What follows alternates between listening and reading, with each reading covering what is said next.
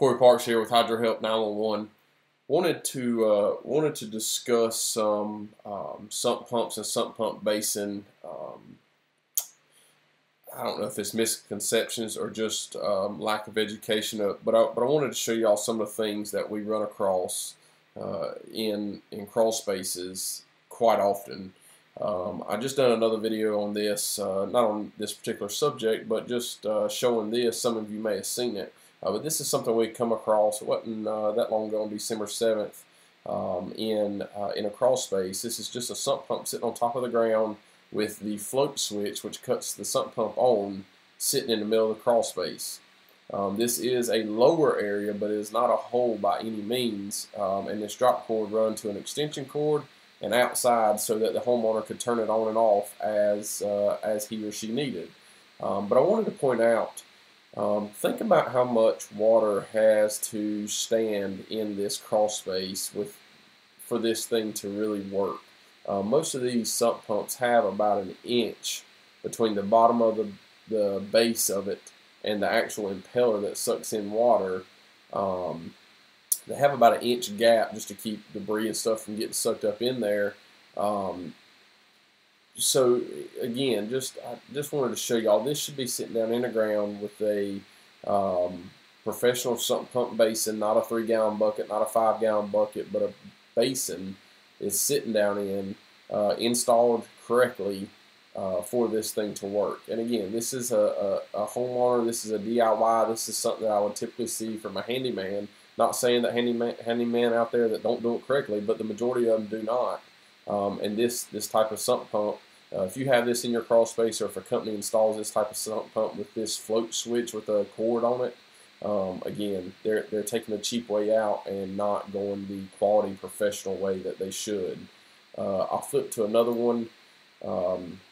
This is one we come across in a crawl space inspection, a little bit better than the last picture, still not what we would want to see. Again, you can see one pipe with some gravel there. I believe there's another pipe there with some gravel. You can see the gravel there. But the problem with this basin, which this is a this is a basin, this is an approved basin, this is fine, but there's no gravel poured around it. We typically want to see 2 to 3 inches of gravel underneath and around the sump pump basin. Also, if I remember correctly from this inspection, it's been about 3 or 4 months since I've done this. When you see September 21st, there was no holes drilled in this. So any subsurface water that does not come in through these pipes is not going to be able to get into this basin. And if enough water gets in here, it will push that basin up out of the ground. You can also see the electrical cord just lying on the ground, as well as the temporary line. If I remember talking to the homeowner on this one, I believe it was a plumber that installed this basin, this system. And again, you can see the float switch right there, barely, with the wire running to it. Guys, this is not a professional sump pump. This is the cheapest one you can buy from Lowe's. It's not a quality sump pump. What typically happens is this float here will get caught on the side of the basin as this fills up with water, and the float can't get turned upside down to cut the pump on. So then this fills up. Then it starts filling up these drain lines here, and next thing you know, this whole corner of this crawl space is staying in water because this won't cut on. The other thing I see here is this drain line is empty in water right on top of the float.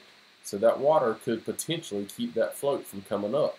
So that is something that just, if you don't do it every day, if you're not a professional waterproofing or moisture control company, you're not going to know to turn that pump to where the float is over here away from the pipes that are bringing in water.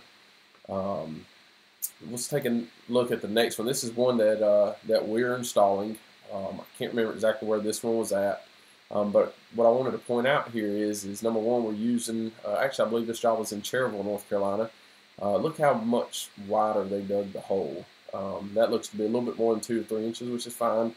2 to 3 inches on the back side, and they'll put some gravel under it when they're just roughing in the plumbing now of this system, but once they get it done, they'll put in gravel here. So there's plenty of gravel. You can see there's a hole there. I believe there's a hole there. There's holes on all sides of this basin that we have drilled, half-inch holes to allow water any water that gets down into this to soak into our basin and to get pumped out. So again, that's a professional basin with our drain lines from the drain system coming in. We'll fill all of this with gravel all down through here as well.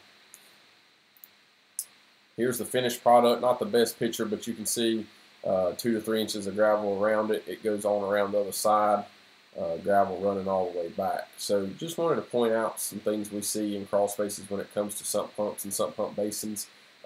If you have questions on this, if you're not sure if yours is installed right, reach out to us, 704-813-9554, or you can check us out online at hydrohelp911.com, or check us out on Facebook. If you got any questions, let us know. And again, if a professional company that does this day in and day out install these systems, you're going to get a warranty. So if we come out and find something's wrong, that company should, if they are a legit company, should come out and take care of the issue, no questions asked. If you did not have it installed by a professional company, of course, we're always here to help. We'll help you out however we can. If you need us, let us know. Y'all have a good day.